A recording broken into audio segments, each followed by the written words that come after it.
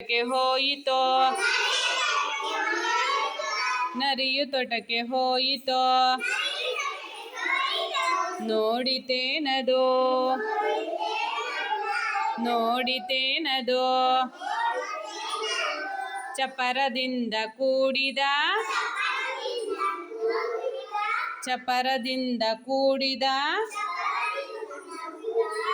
ದ್ರಾಕ್ಷಿ ಗೊಂಚಲು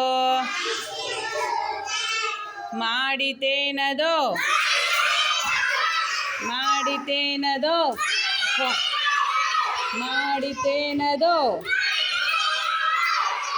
ಒಂದು ಸಲ ಹಾರಿತೋ, ಎರಡು ಸಲ ಹಾರಿತು, ಮೂರು ಸಲ ಹಾರಿತೋ, ಕಾಲು ಸೋತಿತೋ, ದ್ರಾಕ್ಷಿ ಹುಳಿ ಎಂದಿತೋ,